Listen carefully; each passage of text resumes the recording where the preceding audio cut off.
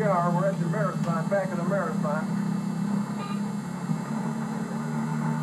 I'm going to narrate a little bit of this tape here.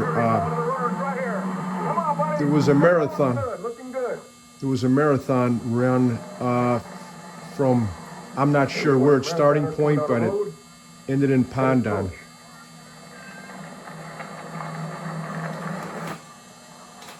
Here's just a beach scene, and I'm not sure if this is Pandan. I think it might be near the town of Pandan, not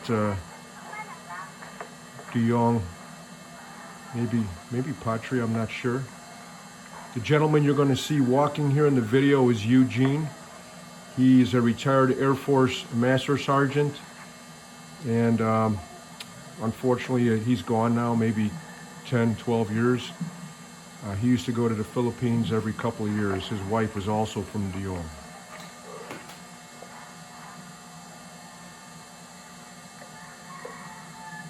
Definitely not a Duyong beach. This is not from Duyong. Might be Magaba, not sure. If you know, maybe you can mention that in the comment section below of this video.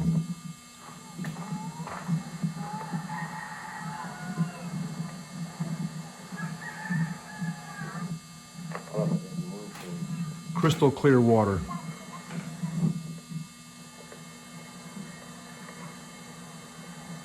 And that's how the water is in this area by Duyong, Magaba, Patria, crystal clear.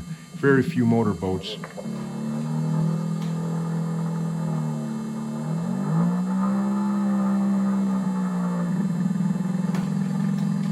Remember, now we're riding in Eugene's specially made tricycle with a extended rooftop, so we don't have to crouch down while we're sitting in there, because he was tall as I am. Not as tall as me, but he was tall enough. And he had this specially produced for himself, this tricycle. I'm not sure where we are right now. If you know, mark it in the comments below.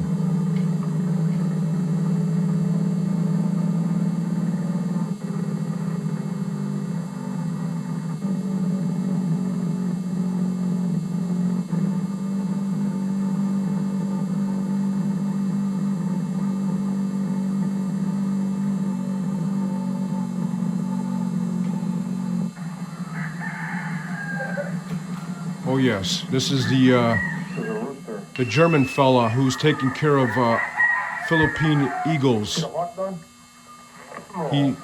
This is Eugene. The German gentleman here works for the Philippine government, but he's with a German. Here he is, right here.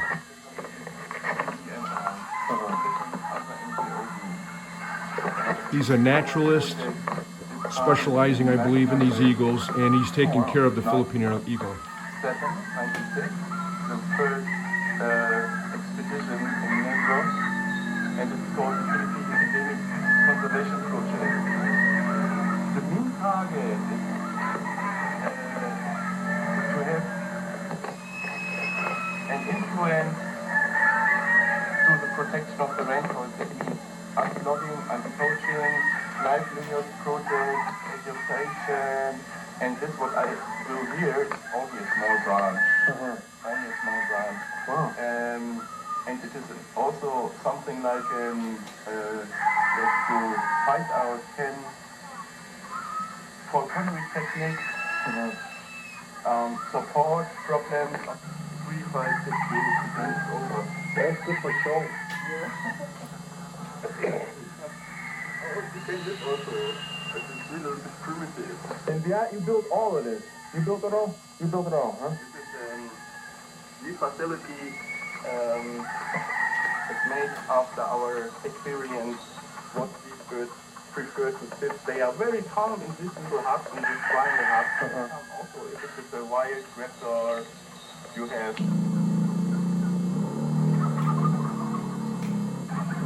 So we've moved on. Here's some turkeys.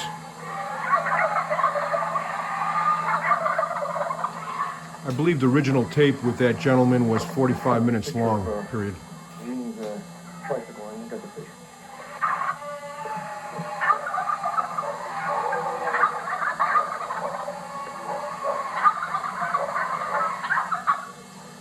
somebody has these turkeys and they sold them for profit. Hindi ano. Tama. Slow. It's a hunting of the llama.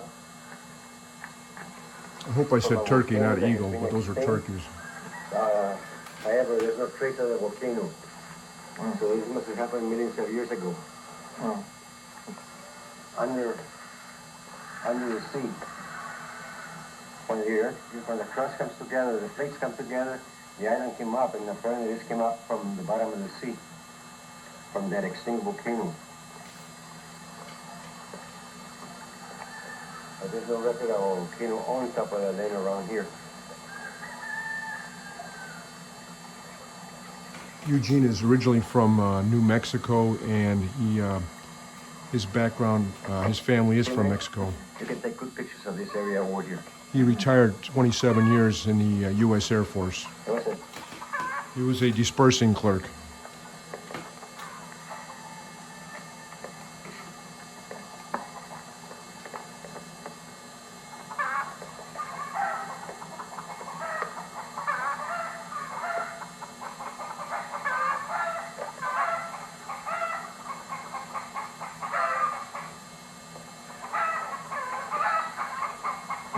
Taking a bath.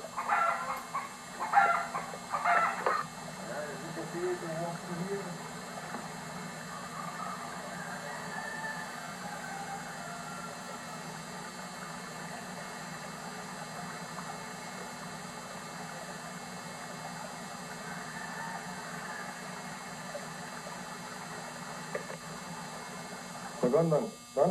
Magandang oo? Magandang ha? Oo talaga. Magandang.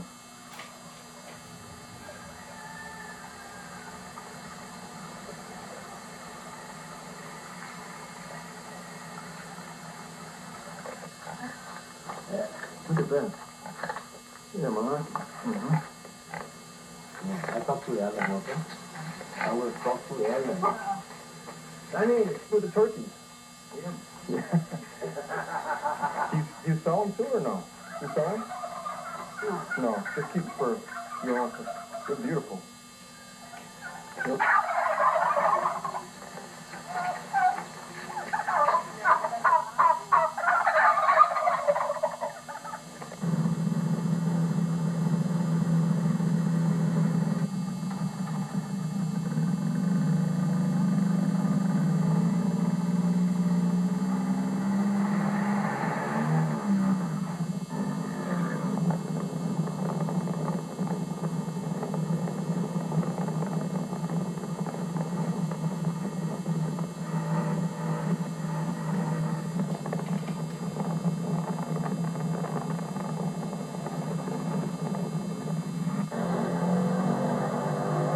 Someone getting married in Pandan.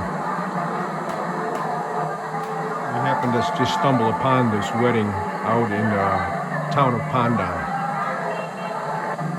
It's a Filipino wedding. Hot dog?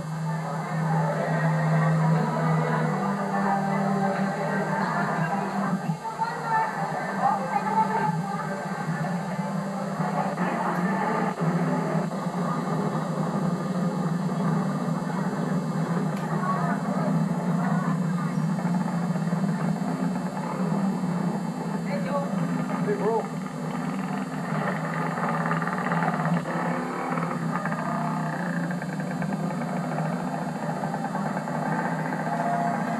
All right, Doug. Say hello, Chicago. There you go.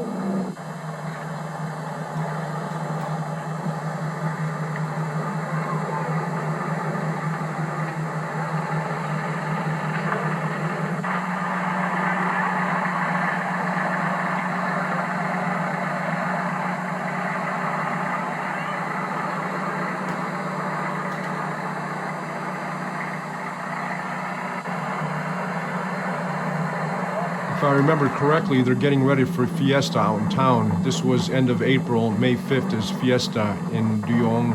In Pandan, it's before May 5th, and that was Pandan. If I'm incorrect, you can comment below.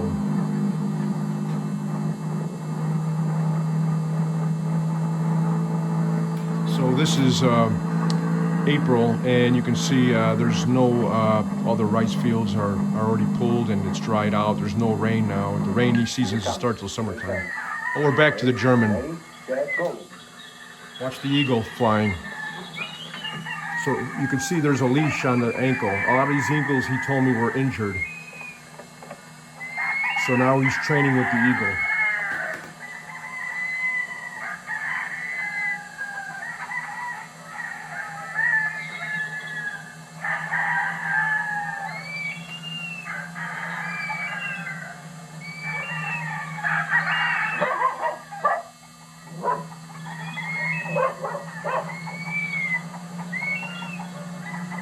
There's a small problem with this bird. He's falling down. I see. What you have seen in this moment. But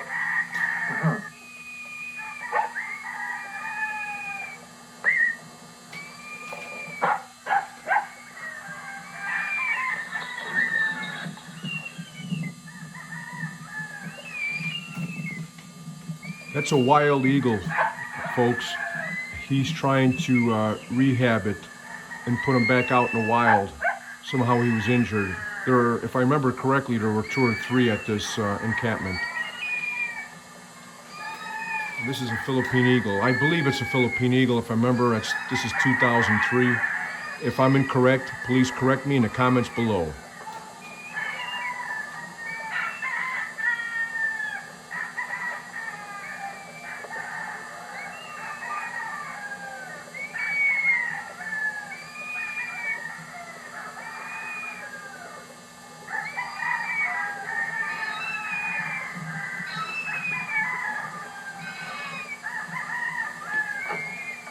I asked him what he was doing, and he said not looking the eagle straight in the eyes.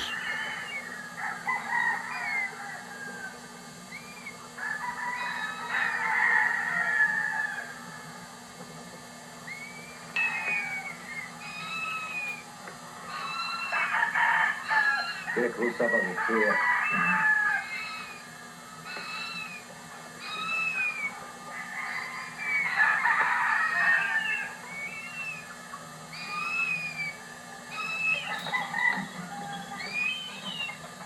Now what?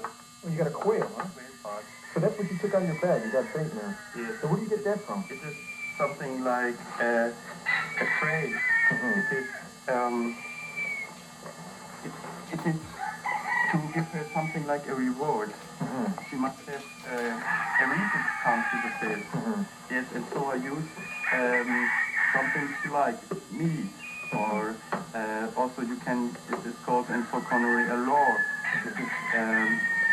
An attract, is this right in English? Attraction? Attractive? Attraction. And then you put food on it. It is for falcons, for example, if you want to train falcons. And goshawks.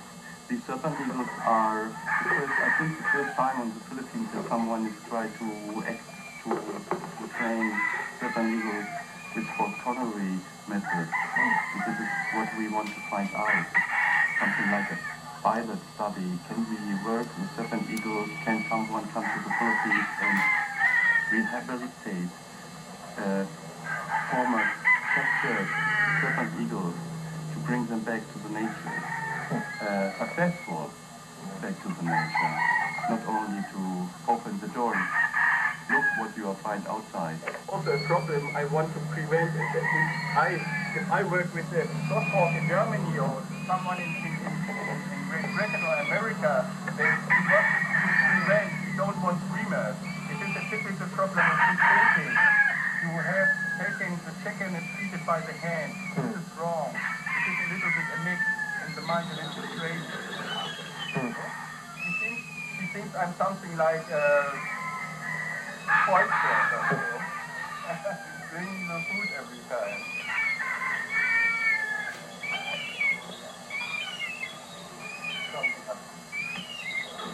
And this is only the beginning of what I want.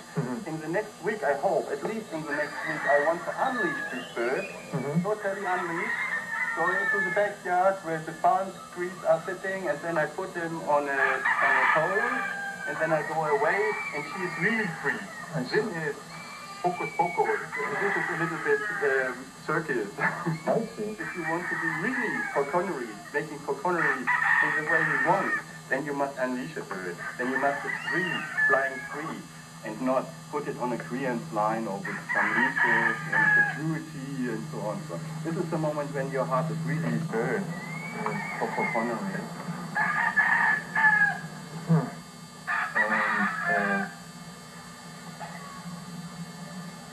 The hunting strategy of serpent eagle is different. They are shorer, sitting on a tree, looking down, then there's a serpent coming, or a gecko in the coconut tree, or also big insects, I think. Century from the Arabs to the European culture of falconry by the first Crusaders. They saw it by the Arab falconers and take it with them to Europe. And it is a very good tool to make some, to close the eyes by the hat.